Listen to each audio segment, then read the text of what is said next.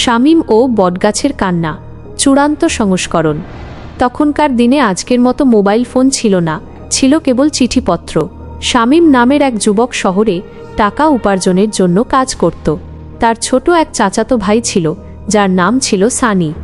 শামীম যখন বিদেশে, তখনই এক মর্মান্তিক দুর্ঘটনায় সানি মারা যায়। কিন্তু চিঠিপত্র পেতে দেরি হওয়ায় শামীম এই দুঃখজনক খবরটা জানতে পারেনি। অনেক বছর পর শামীম দেশে ফিরল। তার গ্রামটি ছিল একটু জঙ্গলের মতো। সন্ধ্যা হয়ে আসায়, বিশেষ করে মাগরিবের সময়, কোনো গাড়ি পাচ্ছিল না শামীম। তাই সে হেঁটেই গ্রামের দিকে রওনা হলো। রাস্তাটা ছিল বেশ নির্জন। হাঁটতে হাঁটতে সে দেখল একটি বিশাল বটগাছের গোড়ায় বসে তার চাচাতো ভাই সানি কাঁদছে। শামীম কাছে গিয়ে অবাক হয়ে বলল, কিরে সানি, তুই এখনও এখানে কেন? এত রাতে একা বসে কাঁদছিস?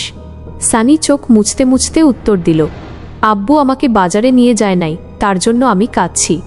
শামীম তাকে আদর করে বলল, চল চল, আর কাঁদতে হবে না, এবার চল আমরা বাড়ি যাই। শামীম যখন সানির হাতটা ধরল, তখনই তার শরীরে এক অদ্ভুত অনুভূতি হল। সানির হাতটা ছিল অস্বাভাবিক রকম ঠান্ডা, যেন বরফ ছোঁয়া। শামীমের মনে হলো যেন সে কোনো জড় বস্তুকে স্পর্শ করেছে, কোনো মানুষের হাত নয়। তবুও সে ভাবল, হয়তো অনেকক্ষণ বাইরে বসে থাকার জন্যই এমনটা লাগছে। এই অস্বস্তিটা সে চেপে গেল। শামীম আর সানি হেঁটে হেঁটে বাড়ি পৌঁছাতে পৌঁছাতে রাত প্রায় 11টা বেজে গেল।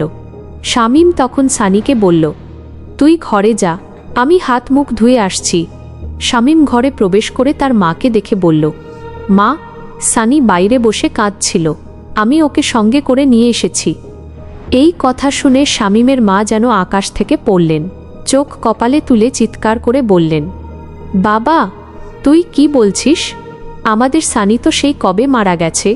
শামীম প্রথমে বিশ্বাস করতে পারল না। সে বলল, তুমি কি বলছো মা? আমি নিজেই তো তাকে বটগাছের গোড়া থেকে নিয়ে এসেছি।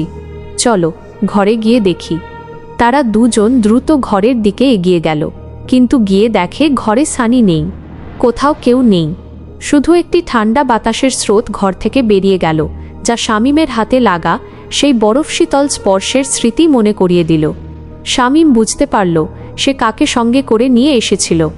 ভয়ে তার সর্বশরীর কাঁপতে শুরু করল। পরের দিন সকালেই শামীম ও তার মা ভয়ে কাঁপতে কাঁপতে গ্রামের এক বিজ্ঞ হুজুরের কাছে গেলেন। শামীম সমস্ত ঘটনা খুলে বলল, বটগাছের গোড়ায় সানিকে দেখা, তার ঠান্ডা হাত এবং ঘরে সানির অদৃশ্য হয়ে যাওয়া। সব শুনে হুজুর মৃদু হেসে বললেন, বাবা শামীম, ভয় পাস না, এটা কোনো খারাপ শক্তি নয়। সানি তোমায় খুব ভালোবাসত, আর তুমিও সানিকে খুব ভালোবাসতে। তোমাদের এই নিষ্কলুষ ভালোবাসার টানেই সানির আত্মা তোমাকে দেখা দিয়েছে। তুমি বিদেশ থেকে ফিরে এসেছো, তাই হয়তো সে তার ভালোবাসার মানুষটাকে একবার দেখতে চেয়েছিল। তোমরা ওর জন্য মন থেকে দোয়া করো, আল্লাহ ওকে শান্তিতে রাখুন। হুজুরের এই কথায় শামীম আর তার মায়ের মন কিছুটা শান্ত হল। তাদের মনে ভয় থাকলেও ভালোবাসার এক করুণ স্পর্শ অনুভব করল তারা। সানির স্মৃতিতে চোখ ভিজে এলো তাদের।